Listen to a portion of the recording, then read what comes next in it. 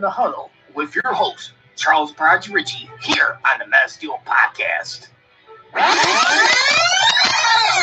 This thing belongs to Mr. Roney, belongs here, and let's see if we can bring this damn thing back here next year, along with the Super Bowl. Here we go. The game is over.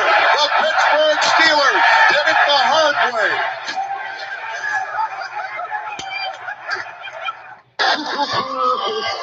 With the 10th pick in the 2018 NFL Draft, the Pittsburgh Steelers select Devin Bush, linebacker,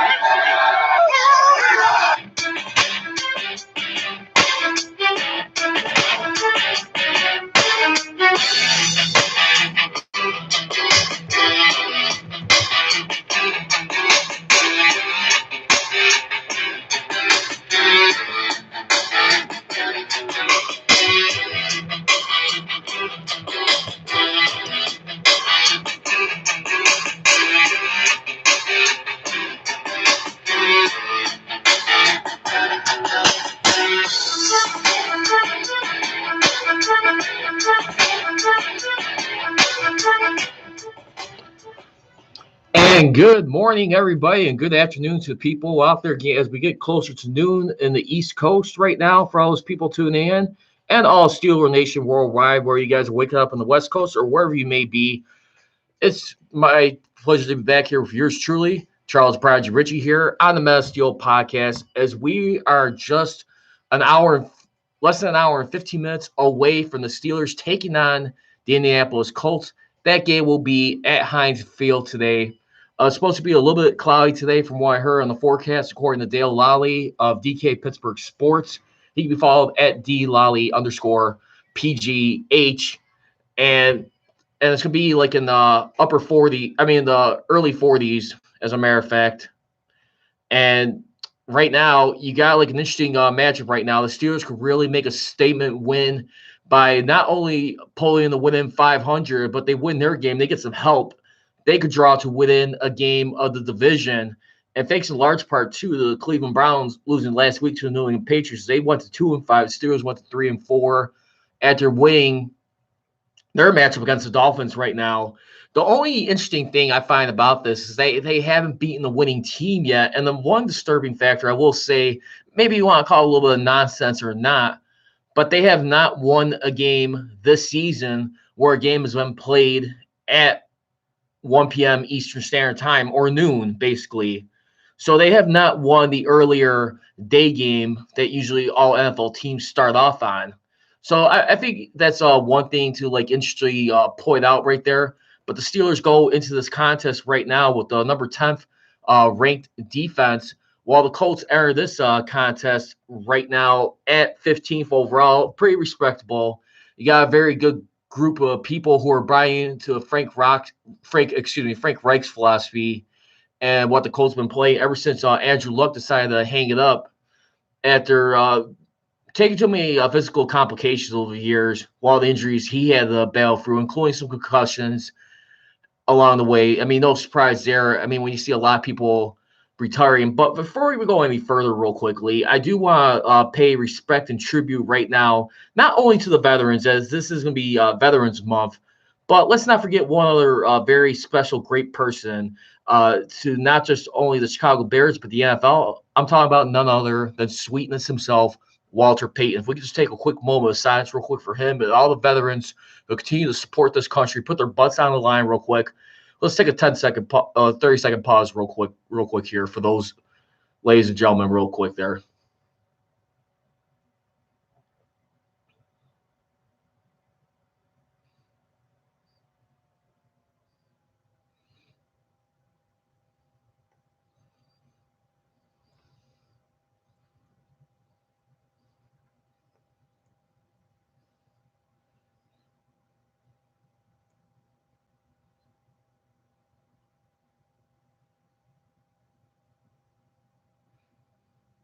All right, as we resume, and I was just mentioning, especially a guy 20 years ago would have been this Friday, where Walter Payton, he died at the age, let's see what was here, when he passed at 45 years old. One of the all-time the second all-time leading rusher. He died as number one all-time leading rusher as death. This was about like a little over almost 12 years after his retirement. But as you remember, one of the things, he had liver disease from primary sclerosing cholangitis. I'm not sure if I'm saying that pronounced correctly, but I remember this happened day after Halloween, I want to say, if I'm not mistaken. And it was just definitely incredibly sad. I remember just going to school that day. I was a sophomore in high school, and I just remember learning of it. And it was just definitely a very sad time. He was just one of the all greatest men in this league here. You saw how much of an impact he left as far as, like, not just like athletes themselves to follow in his steps, but I mean, when you also look at it from a perspective like what he's embodied, how an athlete should treat others, and you see how it paid a lot of dividends right there. I mean, this is a guy who definitely served his time, basically. I mean, just being a family guy and being in the league for so many years, is just well respected. So I wanted to say that him and his wife, Connie, and his family and kids, including, I want to say Jarrett Payton right now, if I'm saying that correctly, his son, and a lot of people who he's touched along the way. So let's not forget about him as well. He's definitely, I feel like, one of the just as important people in this world who left us too soon. But like I said, this is also Veterans Month right here as we get ready to move forward right now. But yeah, so let's get ready to get into the Steelers Colts matchup right now. So basically, in the 2000s, the Steelers have only lost one time against the Colts at home in Heinz Field. Last time that happened, quarterback Peyton Manning, who's behind center right there, and that was in 2008. The last year, the Steelers went on to win their record-setting at that time, which they wanted to do, which is now tied, their sixth Super Bowl. And they lost that one to Peyton Manning. It was the same year that Peyton Manning went on to win his fourth MVP, I want to say, at that point in time. And it was just a phenomenal year, or his third, I should say, excuse me. Yeah, and you look at it right there and what they did over the years. And basically, I mean, all these matches right there, I mean, that was the only time they won. I mean, they beat them in 2002, 14, and 15, basically. So they've been right now 3-1 in the 2000s, and then 2-1 pretty much like the last 12 years almost. So, I mean, that's one thing to keep an eye on real quickly right here. And we're going to get into the keys to the game a little bit later on here momentarily. But I definitely do feel like right now it's definitely going to be an interesting game right now because, like I said, you need to have this win for right now to really make a statement in your season. If you're going to truly be one of those comeback teams, you really got to be like on the verge where you got to send a message right now. Because I'll tell you right at this point in time, I mean, you got like right now the Ravens who are going to be playing the Patriots. That may be one of the Patriots' first losses of the season right now. That's not necessarily a gimme that the Patriots are going to win that game. I mean, Bill Belichick does an awesome job of exploiting your top talent and counting them against you right now as we take a look at it. And that's what we look at real quick over here. Yeah.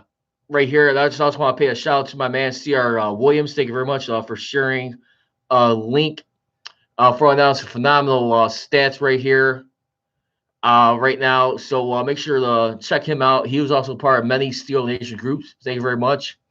Just recommended Steelers Paradise, Sierra. I hope we could get a win today, my man. Thank you very much for joining in here.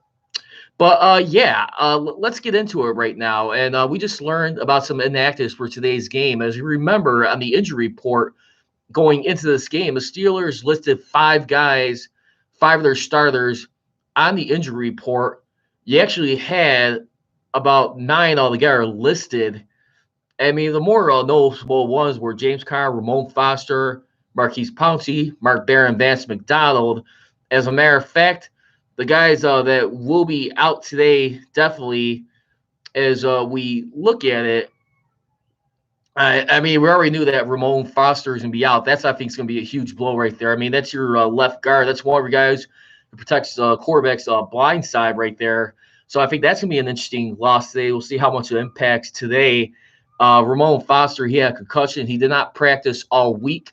One that seemed like it was going to be a given, which was James Conner, who, by the way, who suffered a shoulder injury. He did not practice all week, so he was officially out. He was not expected to play today anyway. And then, of course, you got one of your backup running backs, Benny Snell Jr., who had a knee injury. He didn't practice all week, and there we go. And right now I got joining on here Alex Villarreal, excuse me.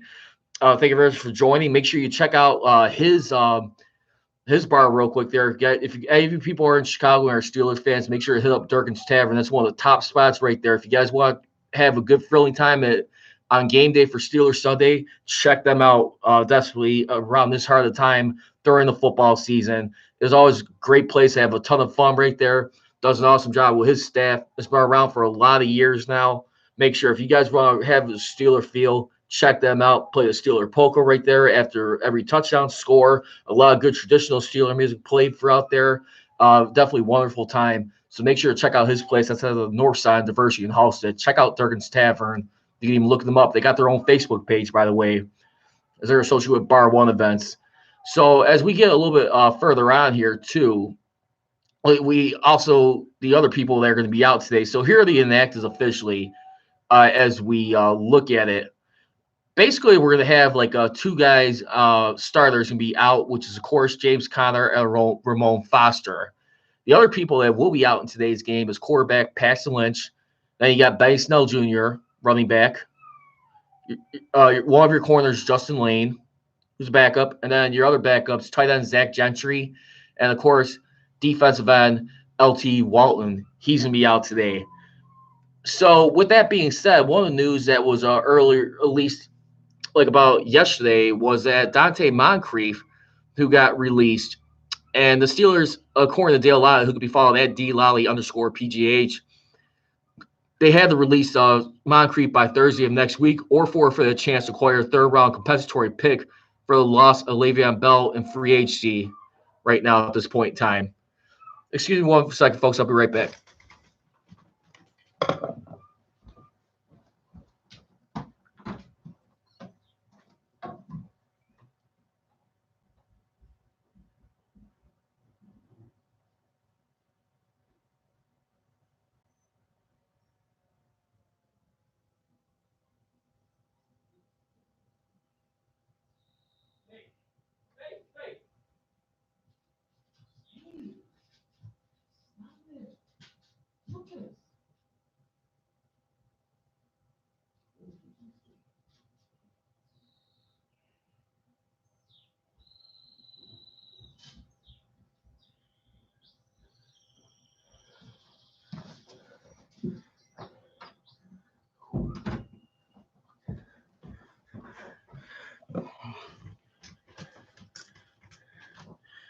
All right, guys, we are back here. Sorry about that. Podcasting from home right now. Had to take care of a little something real quick. And right now, just more of a pet, so everything's good. Just had to tend the matters real fast. Thank you very much for being with me here on this game day morning preview. And like I said, Donte Moncrief, who initially signed this past March to a 2-year, $9 million deal. Right now, he currently counts as against $3.75 million towards the team salary cap. I mean, and right now, I mean, with James Conner possibly the shoulder being injured, they feared possibly he could have probably been out maybe for like the year, which I mean has been the case. I mean, for right now. And one of the more interesting things I got to get into real quick over here, because they did get undrafted running back, which, by the way, and I'm talking about none other than Brooks James, who's rookie out of Oregon, originally signed with the Falcons and then went on to the Falcons. He bounced between the between the Falcons and the Tampa Bay Bucks before he ended up on the Steelers practice squad. He had his feature of his highlights so far this year. He had 25 carries for 180 yards and 2 touchdowns, including a 137-yard performance against Jacksonville in the preseason finale. He got released by the Falcons before the start of the regular season, and that's where we see right now. So you got him signed right now because when you're without like James Conner and of course Benny Snell Jr. So now the guy behind Jalen Samuels you'll be having today would be Trey Edmunds, which I really feel like was noticeable too. Because remember, this was one of the guys who got released, I think, earlier in the preseason. I mean, at the end of the preseason when he didn't make the initial 53-man cut, and I think he went over to the practice squad. Now he's back once again, and really see like how much help he could provide right now as far as with this unit.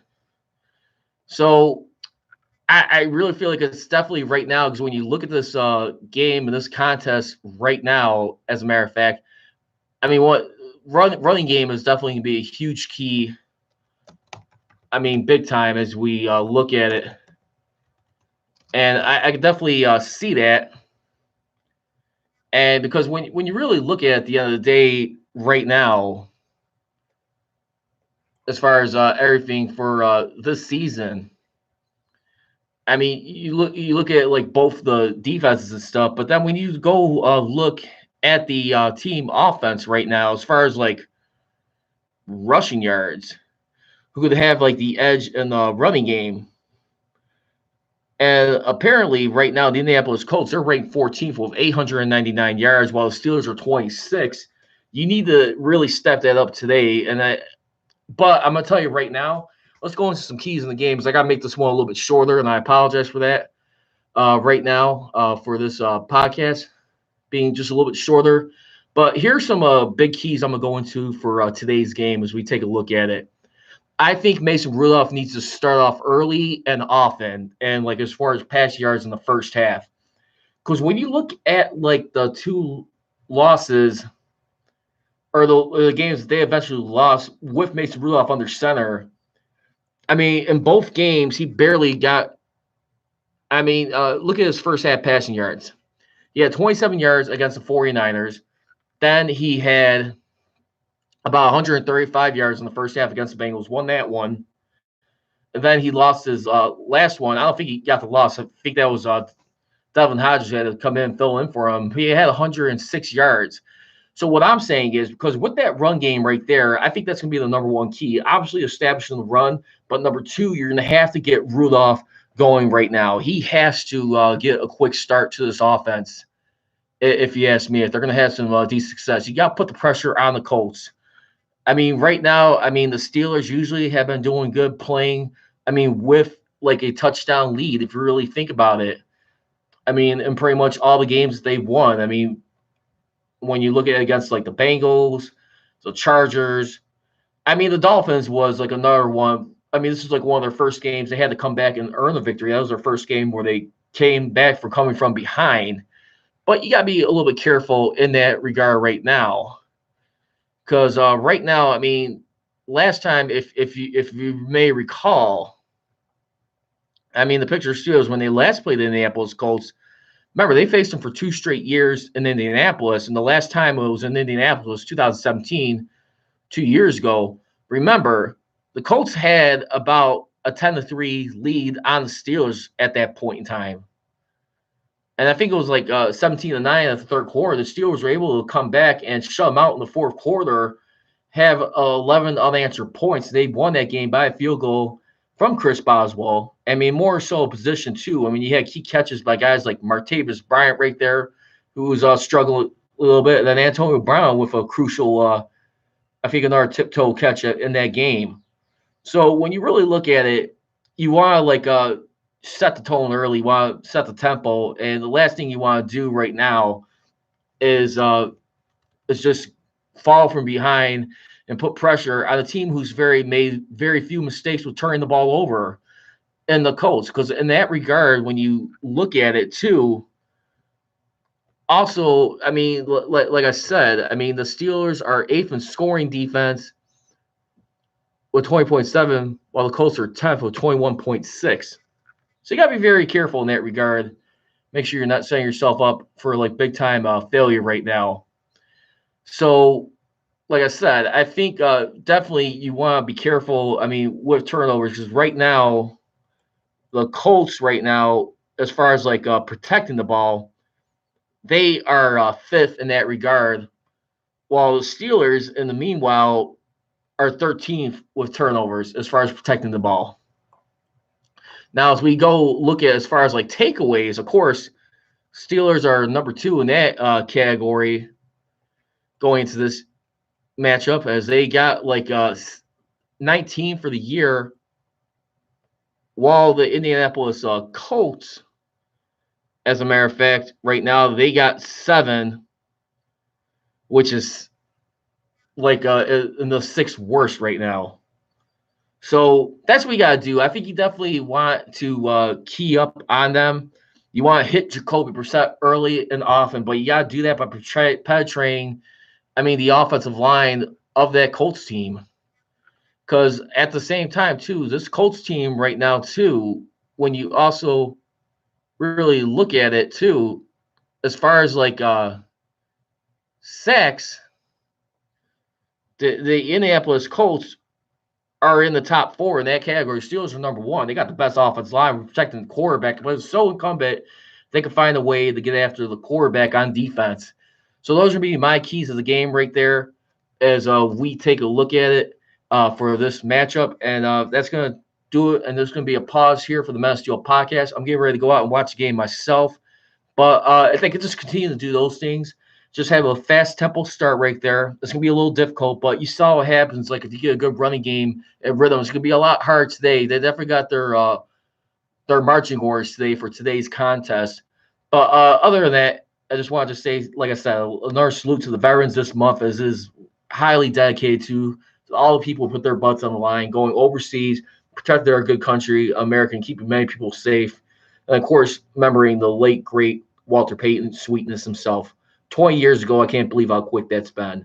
All right, guys. Well, hey, let's go ahead and get this victory today. And then hopefully the Patriots could beat the Ravens and the Steelers pull 1 game win in the division. They could be not only at 500, but a game back win in the division. And who knows, maybe they get some wild card help with a Texans loss.